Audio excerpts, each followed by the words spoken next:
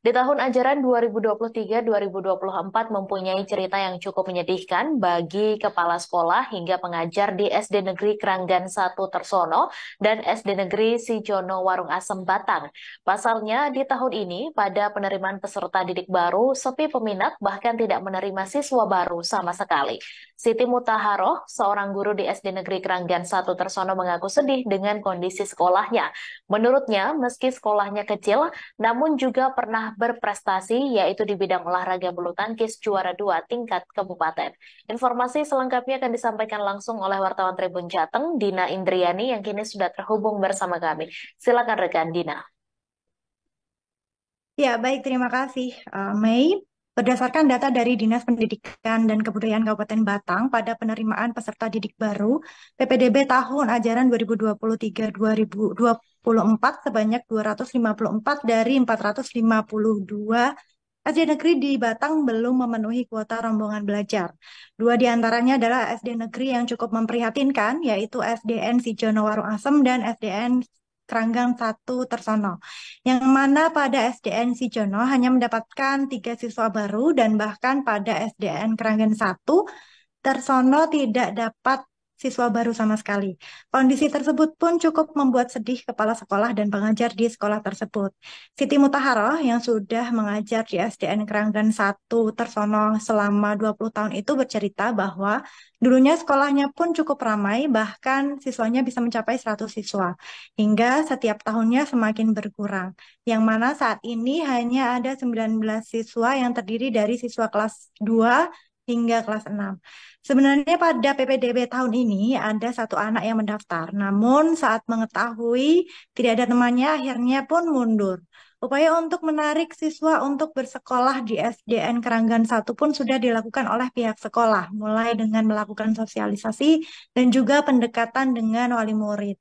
Faktor lainnya, sepinya pendaftar lantaran lokasi sekolah tersebut memang jauh dari pemukiman dibandingkan sekolah lainnya yang ada di desa tersebut.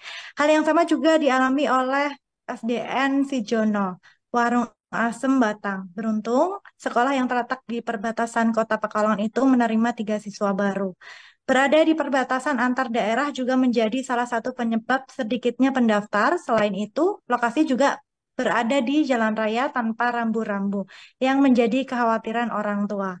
Pihak sekolah pun sudah berupaya untuk meminta pemasangan rambu-rambu kepada disub setempat, namun hingga saat ini belum terrealisasi. Pada sekolah ini, jumlah siswa seluruhnya hanya 30 anak yang terdiri dari kelas 1 hingga kelas 6.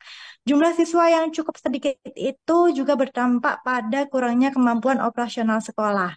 Meski diakui pihak sekolah ada beberapa bantuan yang diterima, namun tidak cukup untuk membayar honor guru Yata Bakti maupun penjaga sekolah.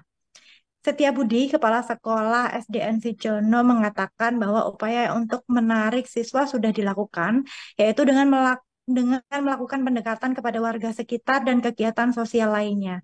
Sementara itu, untuk menyikapi hal tersebut, Disdikbud Batang turut menyiapkan sejumlah solusi.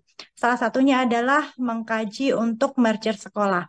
PLT Kepala Disdikbud Batang, Bambang Suryantoro, mengatakan sudah ada beberapa sekolah di Batang yang di-merger beberapa tahun terakhir ini. Adapun sekolah yang telah di-merger diantaranya seperti SDN Jerakah Payung 1 dan 2 menjadi SDN Jerakah Payung, SDN Kambangan 1 dan SDN 3 Kambangan yang di-merger menjadi SDN Kambang 1. Kemudian ada SDN Sidorejo 1 dan 2 yang di-merger menjadi SDN Sidorejo. Dan pada tahun ini akan dikaji rencana merger di SDN Proyonangan 2, yaitu eh, SD Proyonangan 2 dan juga SD Proyonangan 6. Namun tidak hanya sekedar merger, pihaknya juga akan melakukan peningkatan mutu. Hal ini sebagai upaya persiapan untuk menyambut tahun ajaran ke depan, di mana dimungkinkan adanya pertambahan penduduk usia sekolah. Begitu, Mai. Terima kasih. Baik, terima Kembali kasih ke rekan studio. atas laporan Anda dan Tribuners wartawan kami juga telah menghimpun wawancara dengan PLT Kepala Disdikbud Batang berikut tayangannya untuk Anda. Kekurangan kita tidak ada istilah kekurangan ya, hanya mungkin di bawah rombel yang diterima.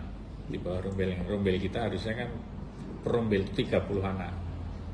Jadi setahu saya ada yang 6, 5, 2, bahkan tahun kemarin ada yang 1 gitu. Begitu Mas. Jumlahnya berapa nih Pak? Tahun ini. Kalau untuk tahun ini kita ada kekurangan di 3 SD. Bukan kekurangan ya, tidak memenuhi target. SD Kranggan 1 yang Tirtono, kemudian si Jono, maaf 2, si Jono sama Kranggan tidak memenuhi target rombel yang 30 siswa. Itu jumlahnya berapa? Untuk yang Kranggan itu kita hanya 1 anak, kosong, maaf, Kranggan kosong, kemudian yang si Jono 3, sampai hari ini 3, data terakhir 3. Itu faktornya apa aja sih Kak? Faktornya yang pertama keberhasilan KB. Terima kasih sudah nonton. Jangan lupa like, subscribe, dan share ya.